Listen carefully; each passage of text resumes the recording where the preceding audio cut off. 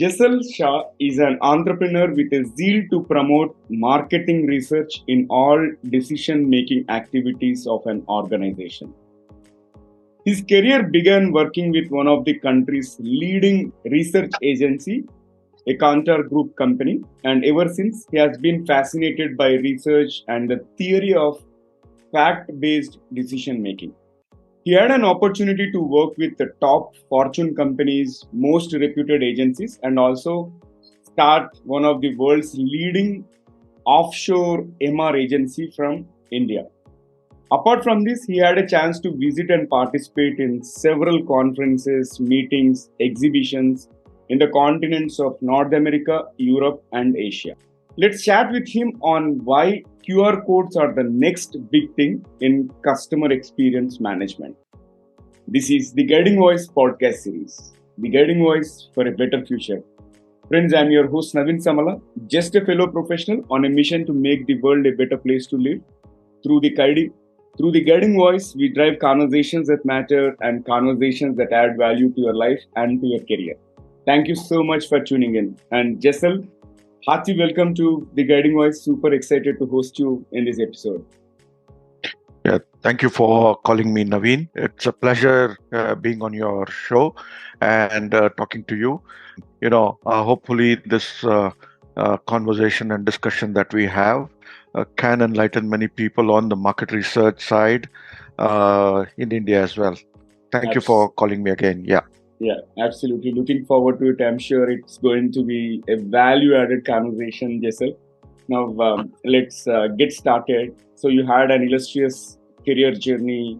I'm interested and curious to understand the top three things that have attributed to your success in your professional journey so far. See, there are many things you can tell. Basically, when you come from a management side, it is determination, hard work, and the vision that you collaborate all of that and try to see something which you can do for the benefit of the industry itself. It definitely brings you on the top. Mm-hmm. Yeah. Yeah. So I have been in market research industry. Okay. And what we have seen over a period of time, we have been working with several corporates. But when we began realizing things can be done, even Okay. for a even for common people, that's when we started seeing the vision as there's so much of scope and Mm-hmm. horizon for this industry as well. Just for comparison, I will tell you, between America and India, it's just interesting. It's America spends about 55% of the world's market research budget, Yeah. Mm-hmm. and the rest of the world spends about 45%. And within that, India spends, the total world is like just about a percent or so. So we are there. So the per capita spend Mm-hmm. is very, very low, and the Mm-hmm. and people don't make so it's about fact based or decision making, Yeah. not on gut feel. Yeah. So that difference we see. So uh, America is like somewhere like $250 per capita, and we are at $1 or something like that. Wow. Now that's the gap we have. Mm, That That's that's where we are. so staggering. I think there is a lot of scope to increase that. All right, Yes. so let's move ahead, Jessel. And now, being an entrepreneur, you might have learned a lot of toughest lessons which you might have not foreseen before taking into that. Right. So, what are few lessons that you have learned which you did not anticipate so far? Yeah, things can go wrong. When you begin a journey, you're actually working somewhere, so you don't realize a lot of pain which goes on behind. It can be people management, it can be losing money, you know, it can be some troublesome clients who are like who want everything done early. So it all happens, and plus there's also personal life, there's family, there's a lot of other things that are there. It all comes at one time, and then it blows away, so that's when you feel, you're lost, you're alone.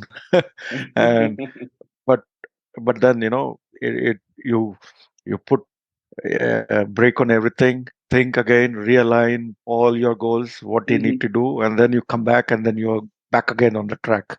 Yeah. So it happens, it's a journey, so sometimes unanticipated things come, Mm. and sometimes they come all at one shot. Yeah. It doesn't come one by one.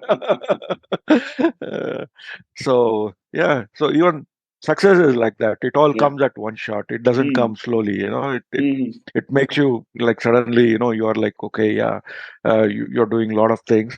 So it's all part and parcel now. It's Mhm. of being alone, being entrepreneur. So yeah, friends become less. You can't cry really on too many people, on their shoulders. So you have to Mhm. look strong. Mhm. You have to look strong. So yeah, and I think, if you have confidence in yourself, in your people, in the work that you have been doing, I think God gives that strength Mm. to come back again. Yeah. Yeah, Mm. yeah. I So, think you have brought in an interesting point. Like when you are putting your heads down and working on something, like the number of friends that we used to hang around, right, that will come down for sure. And also, you highlighted that hard work. As long as we are working hard, I think success yeah, will come. And yeah, yeah. that's so powerful message. And with that, I have another interesting question with regard to your entrepreneurship. Is there a mistake, okay, that you have committed as an entrepreneur, and how did you correct it after realizing, okay, maybe I should have done it differently? Likewise. Many things happen, so we are all human beings, so it's not that I would tell we have 100% correct. So yeah, we try to do the best thing based on experience. It could be as small as hiring good people to, sometimes we realize, no, no, I hired a wrong person, which was not a fit. And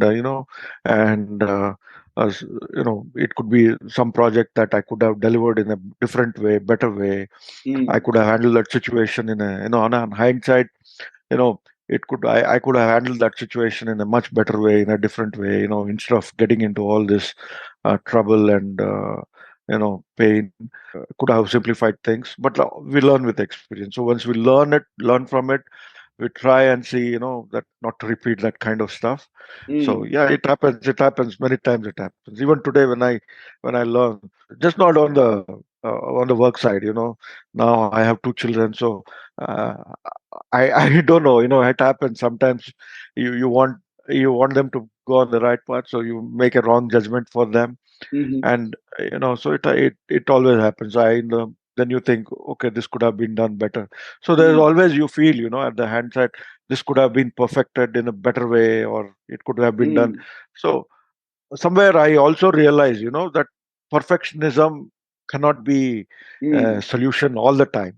mm, At mm. that moment and at that situation, what you felt the best, Yeah, you put in that 100%. yeah, That is what it is.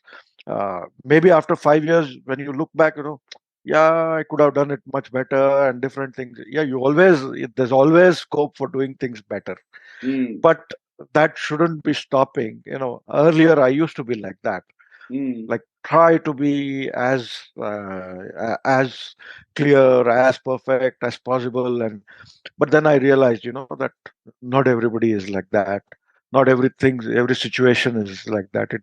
So we go according to the situation. So yeah, now I take it a little easy. uh, but yeah, we try to put our mm. 100% at that situation. What resources you have, what commitments you have, you put your 100% at that time is Yeah. what matters.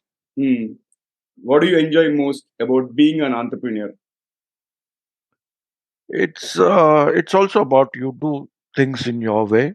You Mm-hmm, can be creative, visualize, and you can put more effort, time on things that you like to do. You mm-hmm, know, Unlike if I were working somewhere, possibly I was working for somebody's dreams and mm, probably aligning my dream with somebody's dream. So that is there, that mm, one feeling, that I'm dreaming something, and there are many people coming, and I am able to align all of them into this path. So that gives a very good feeling. And Mm-hmm. being independent is also another feeling. Yeah, Mm. you can Mm. do things at your own pace. I want to run at 100 kilometers, 5 kilometers, 10 kilometers. It's at my this thing, how I can do it.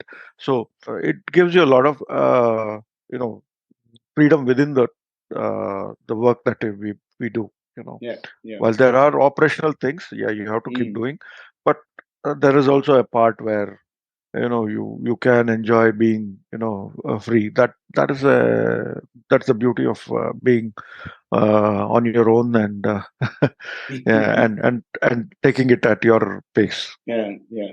That's great. Now, let's shift gears and talk about the core of today's conversation about the QR codes. Nowadays, QR codes are everywhere in India. Like with the release of these UPI-based payments, like you're finding multiple QR codes in a single store, right? So, I'm curious to understand the history of QR codes and how they came into existence.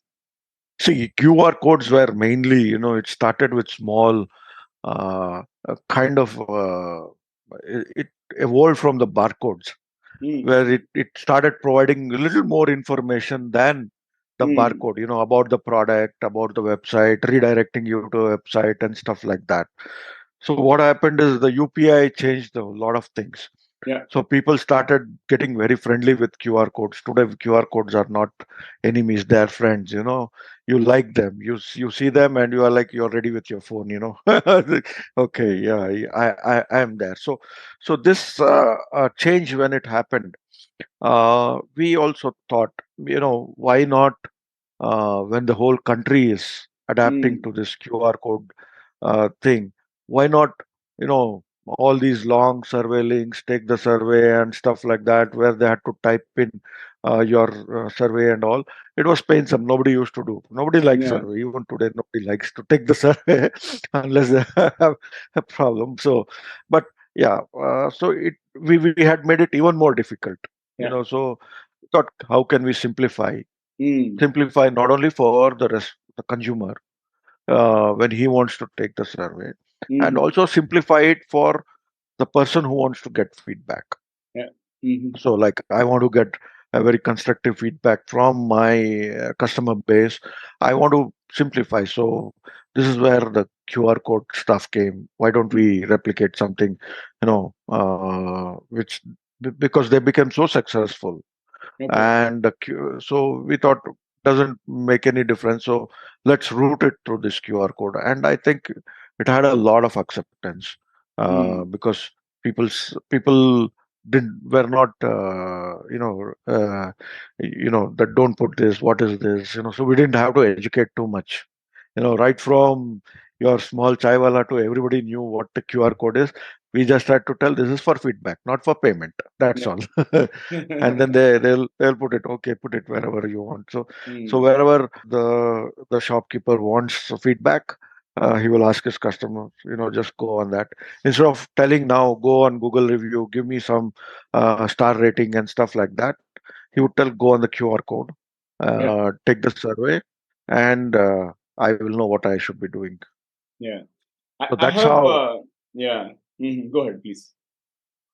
that's how this all started. Yeah, yeah. Okay, got it. And in fact, I have I've generated a QR code in my wife's store, and which redirects them to leave a rating and review on Google Yeah. related to that store, and we are using it very effectively. And I'm also curious, like based on your experience being in the industry and having gone having created so many surveys using these QR codes and all, and how can these QR codes be used effectively? See, one is, also, we should try and educate the customer to keep giving constant feedback, and we also should keep a target, like for every three customers or five customers, at least one should leave a feedback for me. Hmm. And we should also kind of reward them for that time, that they're spending. So Yeah. what we did is, in our system, what we developed is, somewhere there's a point system. So he Hmm. leaves some some feedback, he collects some points which can be redeemed at your store, something like that. So we are valuing their time also, and they also feel, connected with the store because they are having points in your store. They come back to your store, so there's also loyalty which keeps getting. So at the end of the day, the storekeeper wants a loyalty from customers, that his customers keeps coming back to him, you know and from market research perspective, we want the store owner to take decisions based on feedback, Okay. not based on his gut feel. Mm. you know because you're putting your valuable capital in that business. It may be your passion. I can just open a tea shop. That might Yeah. be a passion. I want to open a cafe or something like that. But that doesn't mean that I simply invest all the money just because it's my dream and passion. It has to be backed by some kind of fact based, like, okay, customers will come, what kind of customers are there in the area, what will they drink, how much they are willing to spend. If you have that knowledge, probably you will be able to create and satisfy better offerings and satisfy them much better, rather than just pushing something in the market just because you are passionate about something. No, that doesn't mean thing. And this is a small store, so we are talking of small store owners. Mm-hmm. We are not talking of corporates. Corporates can fail miserably in one product, but they can make money in the other and then come out. Yeah. But they also do market research. So we have seen Mm-hmm. corporate failures also, even after doing market research. But 80% of the times we have seen that they come out successful because they Okay. do proper research, be it ads, be it, promotion, be it product, coloring, packaging, sizing, everything. They check on every aspect of the product, right from its launch till how it is performing, in their customer base. They do a lot of research. So why not a store owner? Why Mm. shouldn't he be more engaging with his customer and understand what they want, and Yeah. then create something based on their requirements? So he is Yeah. more, once he creates what his customer base wants, he is more effective. His Yeah. products are more successful. You know, so that's what we push him from an insights perspective, that use the insights in a very, very constructive way. Don't just take the feedback from random people and go about doing your business. That's not the way. Okay. And so, while that was an expensive affair of doing it in a very systematic way, only corporates could do it. We got the cost down significantly. Okay. we, Mm-hmm. we, we what we did is we tried to see, can we create a model where a lot of people can participate in this tool, so that the cost can come down, the product ownership the cost of product ownership can be reduced. So as per one of the surveys, India has about 7.5 crore plus retail outlets. Mm-hmm. Mm-hmm. So it's a 7.5 crore. So Wow. imagine if 7.5 crore stores, all of them together, come and create a product, you know they can spend tons of money. Even Yeah. if everybody spends 100 rupees, we are talking of 750 crores or something Yeah. like that. Unimaginable amount of money that we are talking. So we thought, why not have a sample of this, cut the cost, be more prevalent in the market, and let all the people use the benefits. So there's a Yeah. dashboard that they can log in and see how their performance has been over the past few weeks, months, days, all real time, and Mm-hmm. then also what kind of action can be taken based on those results. Yeah. Okay. And now I'm also curious to understand which industries are already making best use of these QR codes. See, our target has right now been only small retail stores. Mm-hmm. So it is basically right now we are targeting grocery stores, salons, all these medical stores, and so all small stores which you can call are small owner driven stores. We are working with them. It could Okay. be garments, it could be any of that. Mm-hmm. Okay. Yeah, I think this is a great conversation so far, Jessel. Let's add some spice to the episode. I'm going to kick off a quick rapid fire round if you're ready. Sure. Okay, Yeah. let's go ahead. And here comes my first question.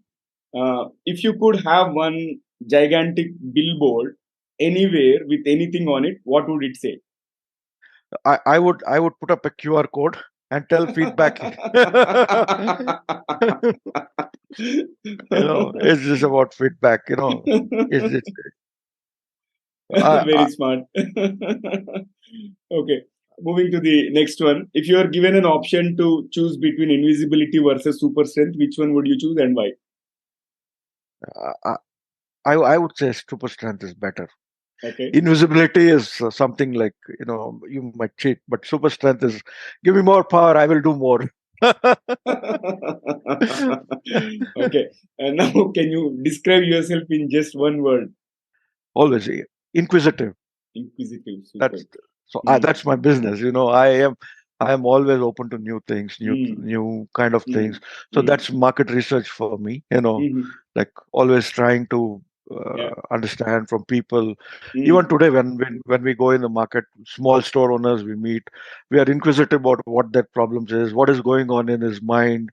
Yeah. When he's talking to his customers, what is going on when he's talking up things, so a lot of things. Yeah. Yeah. That's a good one. And what is one? What is the weirdest thing that you have ever eaten? I've not eaten it, but I have seen. I'm Okay. a vegetarian, so I Oh. don't. I wouldn't have gone to it. But once when we were in Shanghai, Hmm. and we were we had gone to a conference, and we were taken to a food street. I Hmm. think that was the weirdest food street that I have ever been in my life. I think I had seen everything from the small snakes to worms, and you know, and I was like, I couldn't take it after say about 50 meters or so. I had to just come off. Can imagine, especially for a vegetarian, I think For it a will be tough. vegetarian. Yeah, yeah. And is there Uh, any secret or some hidden thing that you like to share which nobody knows about you? yeah, yeah, I'm quite emotional. Sometimes I cry on my own. So no, nobody knows. Hmm, Probably, hmm. Yeah, that's behind the screen part. I go yeah. and like I'm alone and like I Hmm, would cry on my own. So yeah. so that's the yeah. But Okay. I think being human is also good. Right. Sometimes you need to cry. Absolutely. Absolutely. Absolutely. And thanks for sharing it so openly. And with that, let me fire the last bullet. What is one electronic gadget that you'd like to see or invent yourself? Just read the mind, customer's mind. Just put it in and I know, okay, what is going on in his mind. So I think, yeah, that something will like a be. thermometer. Keep it here, and then you get all the screen by reading. That will be a big hit. I think every business owner will buy it. Yeah, we Yeah. do some neuro kind of thing. We put the sensors. So Mm, when a person sees an ad mm, or he's seeing some movie or something, so how much does it blood pressure go up and down, mm, heartbeat and all? We mm. measure that. Yeah, So that is also, so we have come to that stage. I yeah. think we will come to that stage also where we put something and like, okay, we are directly reading from his mind what is happening. Yeah, great. And that was an interesting rapid fire. With that, let's flip back to the mainstream. What will be your one piece of advice to those aspiring to make big in their careers? Yes, sir. Just work hard, focus on what you like to do, what Mm, you like to be. And I think initial years doesn't matter, whether you are paid well or you're not paid well. I think within 5 years, you will be much, if you have worked hard, you would be much ahead of your peers. For mm, sure, that I can tell you, with my own experience, I can tell you that the initial years I was kind of felt underpaid, but then mm. I put my heart into whatever I was liking, and I think 5, 10 years down the line, I could see that I'm way ahead from anybody I was comparing at that time. Yeah, I think, yeah, this is a very powerful and not many people speak about it. But many times people try to get into that high-paying job right from day one. But as you rightly said, I think every if we are patient and if we are working hard, really we will get there. And thanks for reminding that. And how has been your experience being hosted on the Guiding Voice platform? Oh, it is wonderful. I think you asked some very relevant questions today, and rapid fire was good. uh, so makes it interesting and fun. So I think you have touched on all the points which I think anybody as an entrepreneur would like to come, Yeah, and even as somebody as a business who gets curious to know more about insights and how they can play around. yeah, You know, this discussion leads them towards that, yeah.